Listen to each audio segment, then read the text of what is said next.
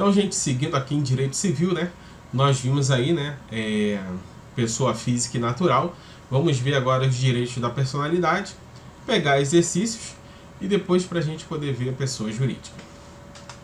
Então, o conceito aí, né, dos direitos da personalidade é um mecanismo, né, de proteção da personalidade jurídica, uns atributos, né, atributos essenciais necessários para o desenvolvimento da personalidade jurídica. Então tá aí, né, o conceito de personalidade jurídica, né, dos direitos da personalidade. É um mecanismo de proteção da personalidade jurídica, né, atributos essenciais necessários para o desenvolvimento da personalidade jurídica. E nós temos aí as características, né, e vamos a elas. Artigo 11 nos diz o seguinte: com exceção dos casos previstos em lei, os direitos da personalidade são o quê? Intransmissíveis. Então tá aí a primeira característica dos direitos da personalidade. Eles são intransmissíveis. Não se transmite a ninguém. É seu e somente seu. E irrenunciáveis. Uma vez adquirido, eles são irrenunciáveis. Não podendo seu exercício sofrer o quê? Uma limitação voluntária. Não podendo sofrer o quê? Uma limitação voluntária. Não podendo sofrer o quê? Uma limitação voluntária. Leia-se indisponíveis, né? Tem exceções, logo não são absolutos. Então tá ali, né? Com exceção dos casos previstos em lei. Então tem exceções. Com exceções dos casos previstos em lei, os direitos da personalidade são intransmissíveis. É absoluto? Não, não é absoluto.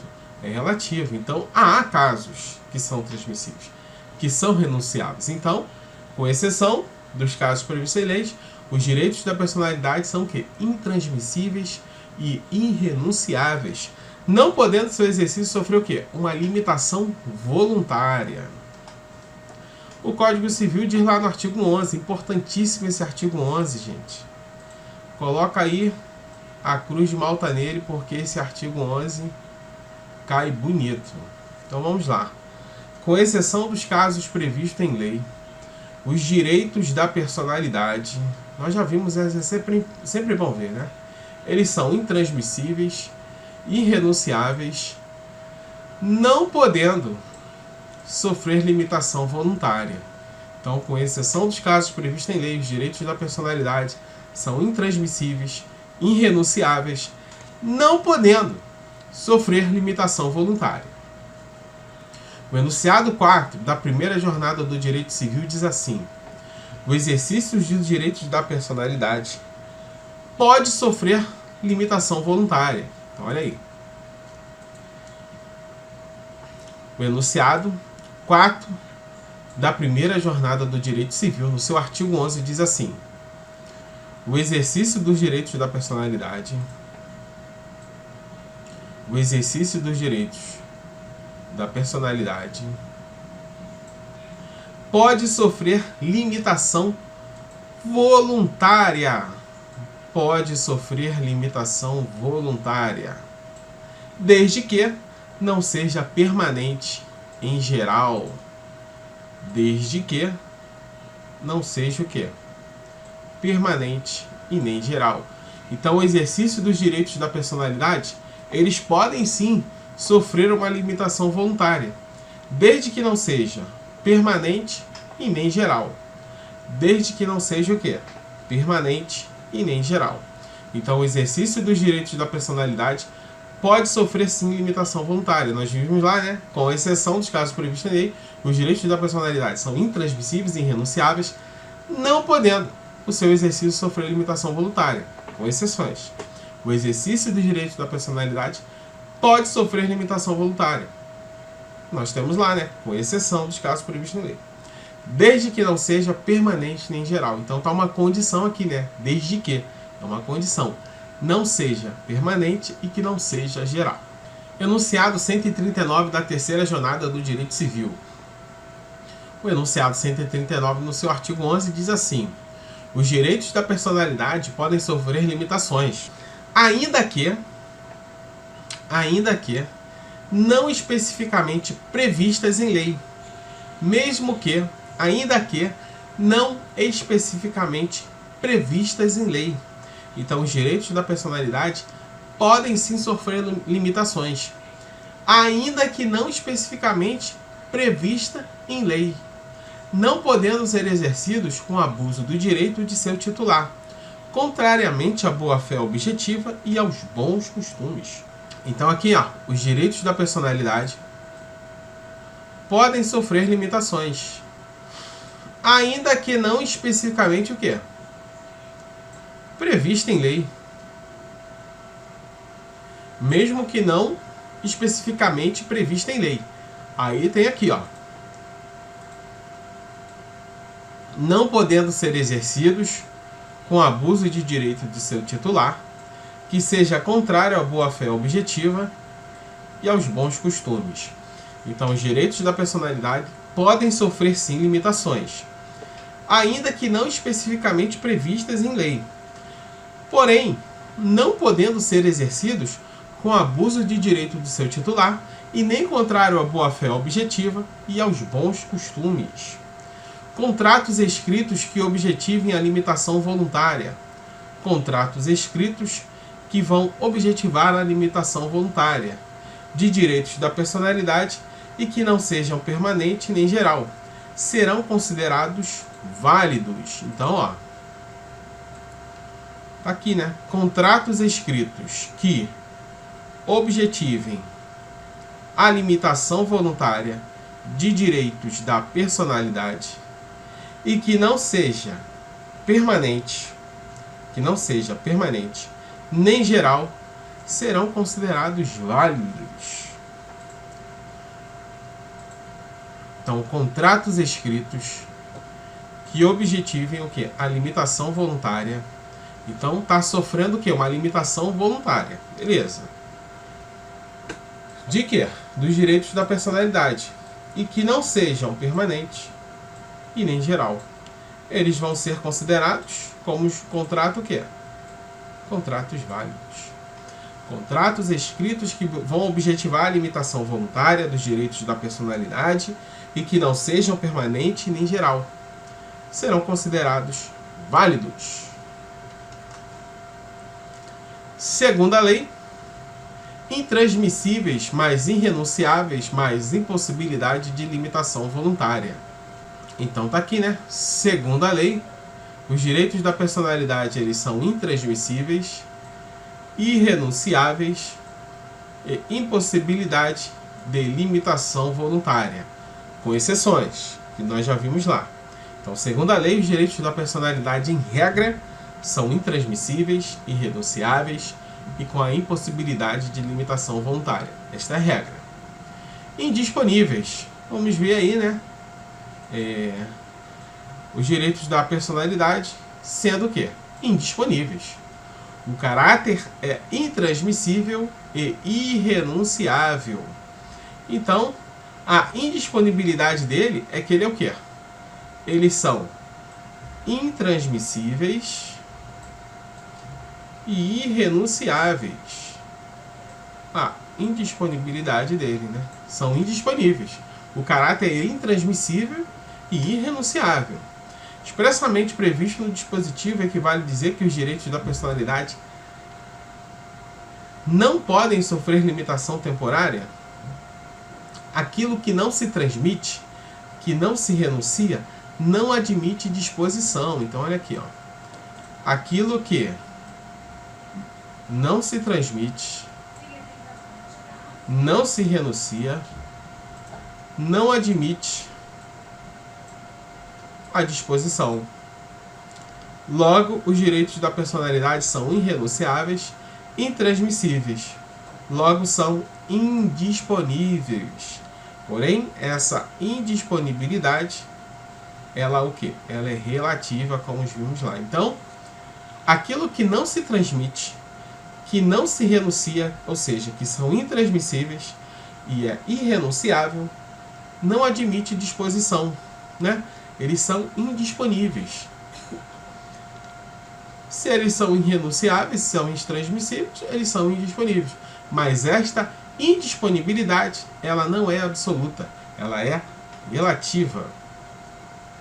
Enunciado 4, artigo 11. De novo, é sempre bom. O exercício dos direitos da personalidade podem sim sofrer limitações voluntárias. Então nós vimos aqui, né? Nós vimos anteriormente, né? Que o exercício dos direitos da personalidade pode sim sofrer o quê? Limitações voluntárias. Então, desde que, né? Tem ali um desde que. Desde que, olha a condição, não sejam o quê? Desde que não sejam o quê? Permanente e nem geral. Então, os direitos da personalidade, eles podem sofrer essa limitação, desde que não sejam permanente e nem geral. Se não for permanente, é transitório. Então, olha aqui. Se não for permanente, ele será o quê? Ele será transitório. Então, não é permanente, é transitório. Então, pode sofrer a limitação. Se não for geral,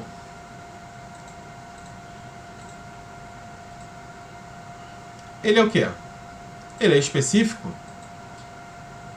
Ele é bem específico, né? Se não for geral, é específico. Não é permanente, porque é transitório. Se não for geral, porque é específico naquilo. Temos a disposição da imagem para aquela atividade transitória, né? Para aquele determinado período de forma específica. Então, usa a imagem de uma pessoa para quê? Por uma atividade transitória, né? Somente para aquele anúncio de um caneco que conserva a bebida gelada, somente naquele anúncio, de uma forma transitória, né? Até um determinado período. Não pode se estender a outros anúncios. Então, ela é o que? Ela é transitória e específica para aquele anúncio, aquele direito de imagem. Esta transitoriedade e a especificidade deverão ser plenamente respeitadas sob pena de lesão ao direito da personalidade. Então, olha aqui, ó.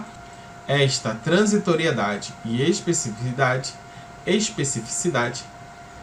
deverão ser o quê? Plenamente respeitadas, sob pena de lesão ao direito da personalidade. Sob pena de lesão ao direito da personalidade.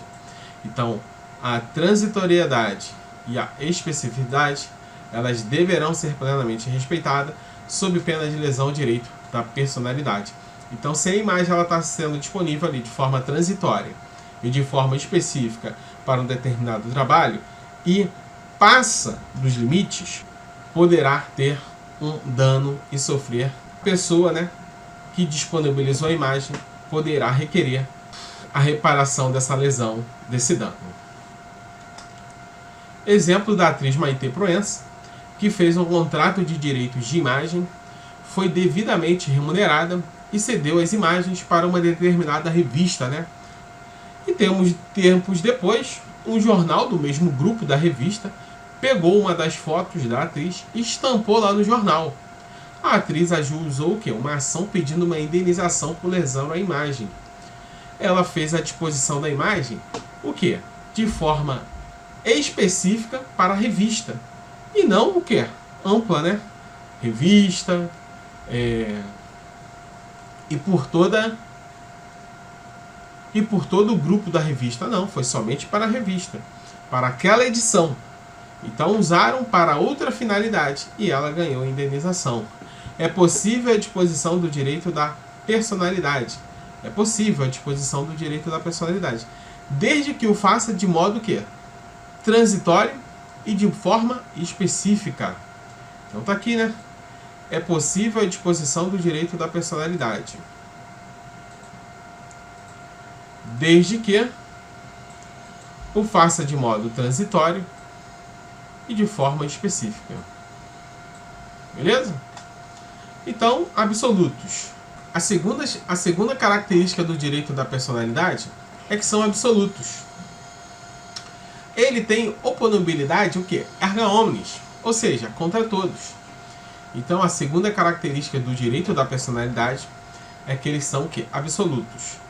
Ele tem a oponibilidade, erga omnes. Tem a oponibilidade, erga omnes, ou seja, contra todos. E todos deverão respeitar a minha personalidade de cada pessoa entre si. Então, a segunda característica dos direitos da personalidade é que são absolutos. O direito da personalidade são absolutos. Tem oponibilidade o quê? Erga omnes. Então, a minha imagem, ela é contra todos. Então, ninguém pode usufruir da minha imagem. Por quê? Ela é erga omnes. É contra todos. E é absoluto isso. Ou seja, contra todos. Todos haverão de respeitar a minha personalidade, a minha imagem. Beleza? Então, a terceira característica aí é que ela é o quê? Ela é o quê? Ela é extrapatrimonial. Então, o direito da personalidade, ela é extrapatrimonial. Então, o direito da personalidade não possui um conteúdo econômico. Os direitos da personalidade não possuem um conteúdo econômico imediato, né? A minha imagem, ela não tem um valor econômico assim tanto. A sua imagem não tem um valor econômico X e a minha Y. Não possui um conteúdo econômico de imediato. Não existe um valor econômico atrelado à imagem a cada pessoa, né? Por isso é o quê? É extra patrimonial. Então, os direitos da personalidade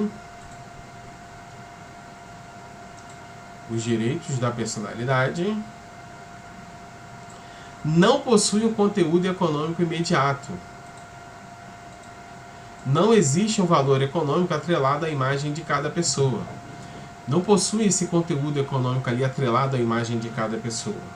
Por isso ser extra patrimonial. Inatos. Os direitos da personalidade, eles são inatos.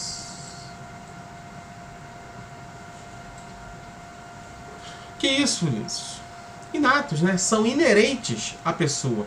Então, o seu direito à sua personalidade é inerente à sua pessoa.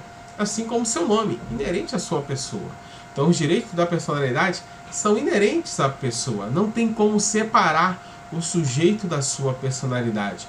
Do seu nome, da sua honra, da sua imagem. Então, a sua imagem é a sua imagem, o seu nome com o seu nome. Vai botar lá a sua imagem e o seu nome. É inato a você, é inerente a você.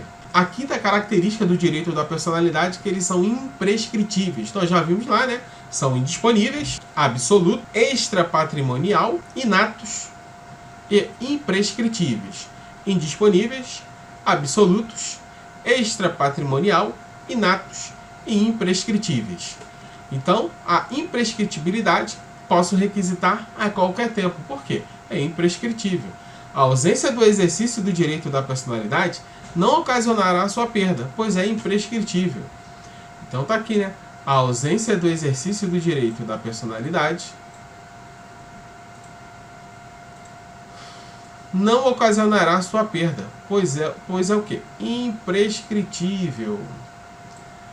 Posso requisitar a qualquer tempo o direito da personalidade, porque a ausência do exercício do direito da personalidade não ocasionará sua perda, pois é imprescritível. Caso tenha uma lesão ao direito da personalidade, nascerá uma pretensão de reparação civil, e esta prescreve um prazo de 3 anos. É imprescritível, mas para a pretensão da lesão ao direito da personalidade, tem uma prescrição de 3 anos. Então, caso tenha o quê? Uma lesão ao direito da personalidade, vai nascer o quê? Uma pretensão de reparação civil.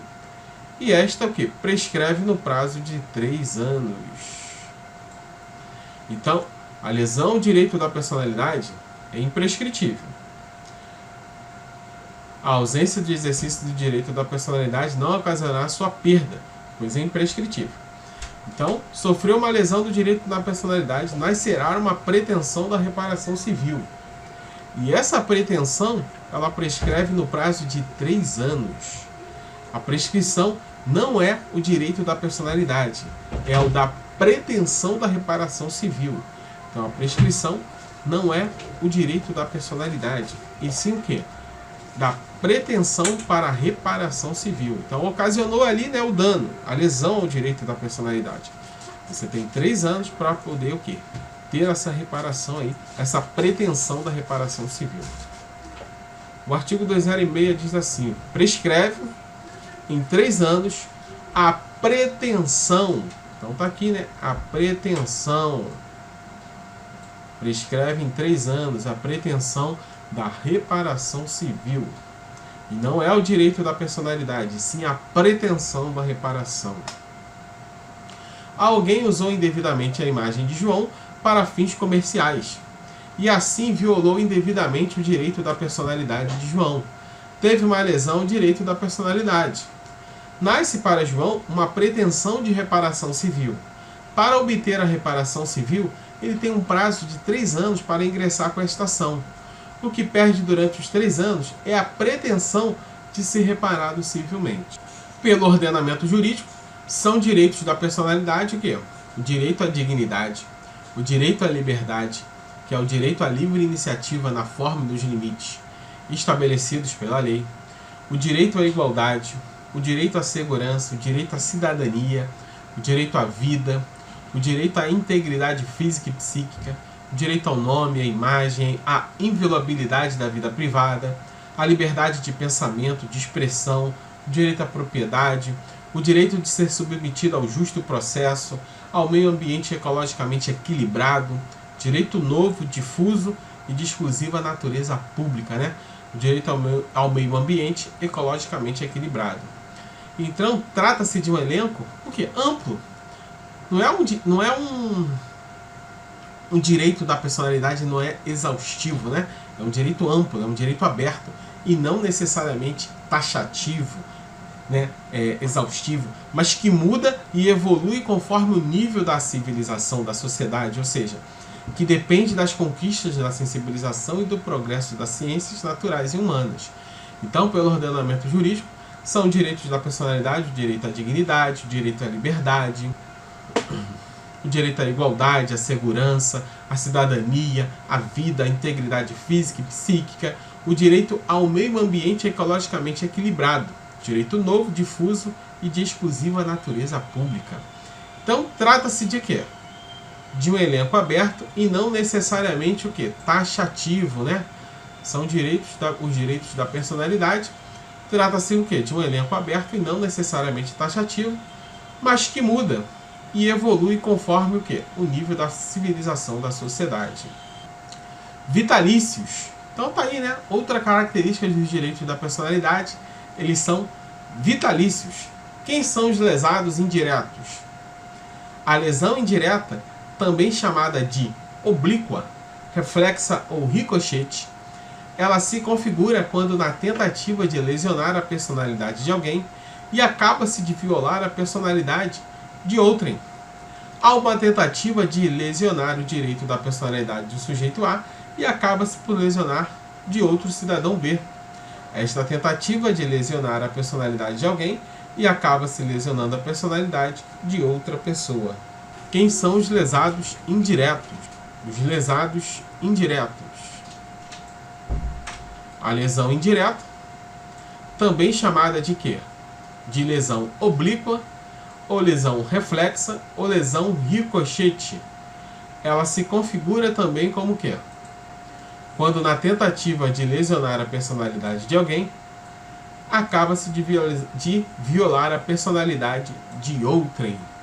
Então, é chamada de lesão indireta, lesão oblíqua, reflexa ou ricochete. Esta lesão reflexa ou ricochete ou indireta pode acontecer na tentativa da personalidade do morto. Então tá aqui, né? Esta lesão reflexa ou ricochete ou indireta pode acontecer na tentativa de quê? Da personalidade de um morto. D faleceu. E sai no jornal algumas notícias falsas em relação a D, né? Umas inverdades em relação ao sujeito D. Ocorre que D já faleceu e não tem como se defender dessas notícias, dessas inverdades. E este sujeito do jornal está tentando lesionar a personalidade de D. Porém, não terá sucesso porque D já faleceu. Então, quem sofre essa lesão indiretamente, essa lesão reflexa, essa lesão ricochete? A família. A família é lesionada. Então, são indiretamente, tem essa lesão reflexiva, ricocheteada, né? Então, na tentativa de lesionar o direito da personalidade de D, acaba lesionando o quê? Da família. Teremos no artigo 12 do seu parágrafo único as pessoas que são lesadas indiretamente. Então, temos aqui no artigo 12, no seu parágrafo único, né, as pessoas que são lesadas indiretamente, né? O famoso CAD, né? Que é o cônjuge, o companheiro, o ascendente, o descendente e o irmão, né? Então tá aí, né? O CAD, o cônjuge, o companheiro, o sobrevivente, o ascendente e o descendente, né? Parente em linha reta, irmãos, tios, sobrinhos, primo, tio, avô, sobrinho, neto, são os colaterais até 4º grau. Então, cônjuge, companheiro, sobrevivente, né? Ascendente e descendente, que são os parentes em linha reta. Ascendente e descendente são os parentes em linha reta. Irmão, tios, sobrinhos, primo, tio-avô, sobrinho-neto são os parentes e quê? Os parentes colaterais até o 4º grau. Artigo 12 diz o seguinte: pode-se exigir que cesse a ameaça ou a lesão, que cesse aquela ameaça ou a lesão, né, a direito da personalidade, e reclamar perdas e danos, sem prejuízo de outras sanções previstas em lei. É que quando uma pessoa, né, solta algumas inverdades no meio de comunicação em relação ao sujeito, como nós vimos no exemplo anterior, né, que os familiares vão requerer que o quê? Que cesse essa ameaça ou a lesão a direito da personalidade do morto, né, do D, e reclamar perdas e danos, sem prejuízos de outras sanções. Então o parágrafo único diz assim: em se tratando de morto, terá legitimação para requerer a medida prevista. Então, quem são os legitimados para requerer essa medida que cesse a ameaça ou lesão e a direito da personalidade e reclamar perdas e danos em face daquele morto ali? É o CAD, né? Que é o cônjuge ou companheiro sobrevivente, ou qualquer parente em linha reta, que são os ascendentes e os descendentes, ou colateral até o 4º grau, primo, sobrinho, tio, sobrinho neto, por aí vai. Então, pode-se exigir que cesse a ameaça ou a lesão a direito da personalidade e reclamar perdas e danos, sem prejuízo de outras sanções previstas. Então, ó, pode-se exigir que cesse a ameaça ou a lesão a direito da personalidade de quem? A direito da personalidade de quem? Em se tratando de morto. Reclamar também o que? Perdas e danos, sem prejuízo de outras sanções.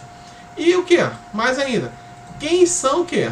Os legitimados para requerer essa medida prevista lá no artigo de cessar a ameaça e lesão dos direitos da personalidade e reclamar as perdas e danos. Tá ali, né?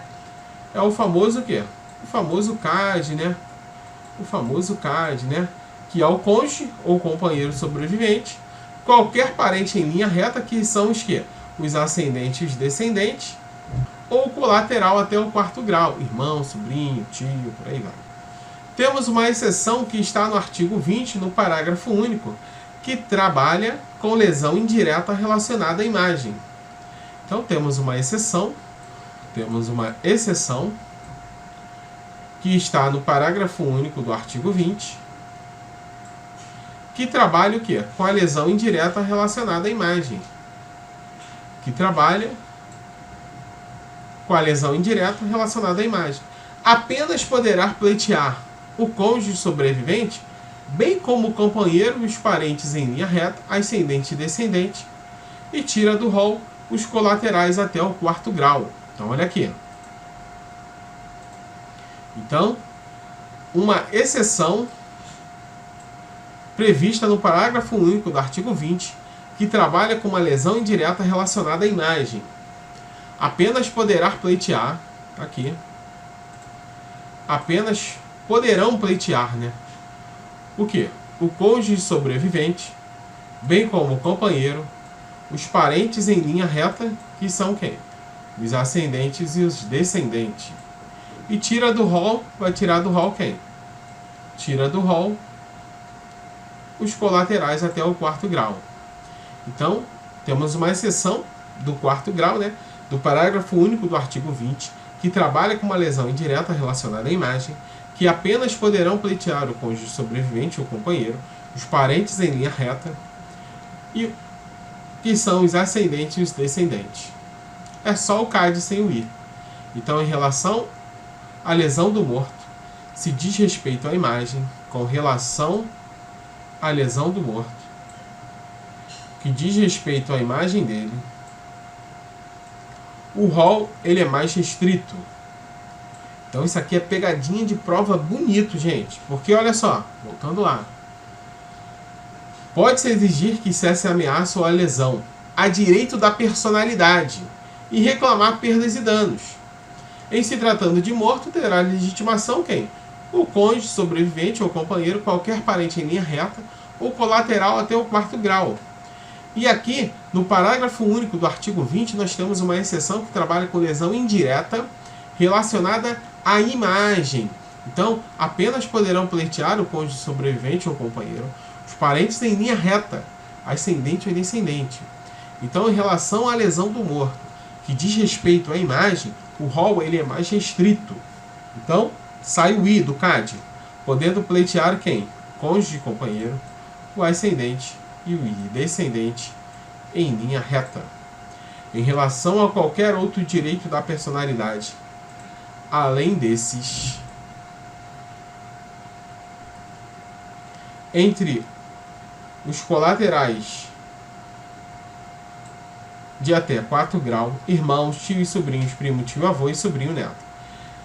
Então, somente a imagem, não teremos os colaterais de 4º grau, que são irmãos, tio e sobrinhos, primo, tio, avô e sobrinho, neto. Em relação à imagem do morto ali, né, da lesão indireta, não teremos o quê? A legitimação dos colaterais até o 4º grau. Então,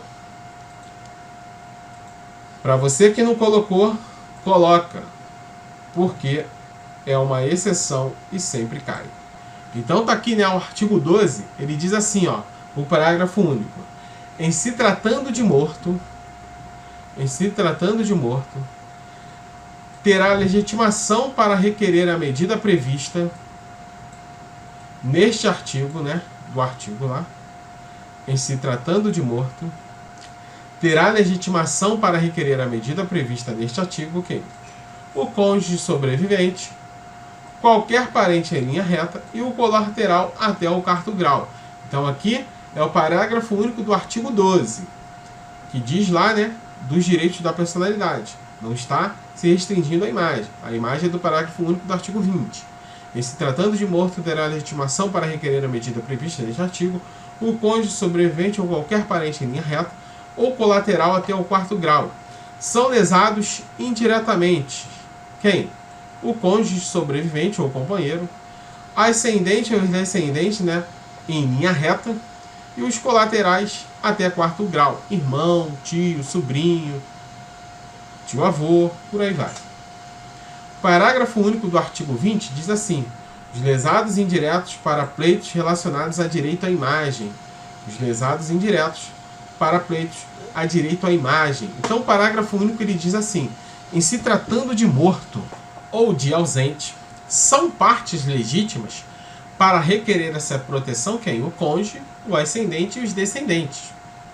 Então está aqui, né? O parágrafo único do artigo 20 ele diz assim: em se tratando de morto ou de ausente. Então, além do morto, tem também quem aqui? O ausente, né? Então, ó, em se tratando de morto ou de ausente, são partes legítimas as partes legítimas para requerer esta proteção: o cônjuge, os ascendentes e os descendentes. Logo, os lesados indiretos do direito à imagem do morto ou do ausente. Então tá aqui, né? Do morto e também de quem? Do ausente. É o cônjuge ou companheiro sobrevivente, o ascendente e os descendentes. Aqui não entra os parentes até quarto grau. Irmão, tio, sobrinho, primo, avô, aqui não entra. Beleza? Exemplo prático de lesado indireto é o caso do Garrincha, né? Tá ali o direito à imagem e à honra do pai falecido. Os direitos da personalidade, de que o direito à imagem é um deles. Então, os direitos da personalidade, dizendo de respeito que o direito à imagem é um direito, né, da personalidade, né? O direito à imagem é um deles. Guardam como principal característica a sua o quê? Intransmissibilidade. Nem por isso, contudo, deixa de merecer proteção à imagem. E, contudo, deixa de merecer uma proteção à imagem e à honra de quem falece, como fossem coisas de ninguém, porque elas permanecem perenemente lembradas nas memórias, como bens imortais que se prolongam para muito além da vida, estando acima desta, como sentenciou Ariosto. Daí porque não se pode subtrair dos filhos, né, o direito de defender a imagem e a honra do pai falecido, pois eles, em linha de normalidade, né, ali, né, em linha reta, são os que mais, né, se abatem, né, são os que mais se desvanecem com a exaltação feita à sua memória, são os que mais se abatem e se deprimem por qualquer agressão que possa trazer a mácula, né? Então, ademais, a imagem da pessoa famosa projeta o quê? Efeitos econômicos para além de sua morte, pelos que os seus sucessores passam a ter, por direito próprio, legitimidade para postularem o quê? Uma indenização em juízo, seja por dano moral ou seja por dano material. Então aqui, ó, seja por dano moral ou seja por dano material. Então a imagem da pessoa famosa projeta efeitos econômicos para além de sua morte, pelos que os seus sucessores passam a ter, por direito próprio e legitimidade, para postular uma indenização em juízo, por dano moral ou dano material. Primeiro, recurso especial das autoras parcialmente conhecido, nessa parte parcialmente provido. Segundo, recurso especial das autoras não conhecido. Recurso da ré conhecido pelo dissídio, mais improvido. Então aqui o caso do Garrincha, né, foi, né, que saiu uma reportagem dizendo aí, né, que o membro, né, a genital ali do Garrincha seria uma genital avantajada, né? Então ali o Supremo entendeu, né, que isso que não lesa, né, o direito à imagem. Pelo contrário, aqui no Brasil, né, é uma questão de honra, né, uma questão de não lesar a imagem, sim de enaltecer. Então foi essa aí o lance do Garrincha. Paramos aqui, né? Segundo o artigo 2, a tutela pode ser inibitória, também chamada de preventiva. Vai ficar na próxima aula, para não ficar muito grande. Então se liga aí na aula, né, que tá muito legal. Vamos terminar aí, né, os direitos da personalidade. E até a próxima aula. Sai daí não, que eu vou tomar uma água e já volto já.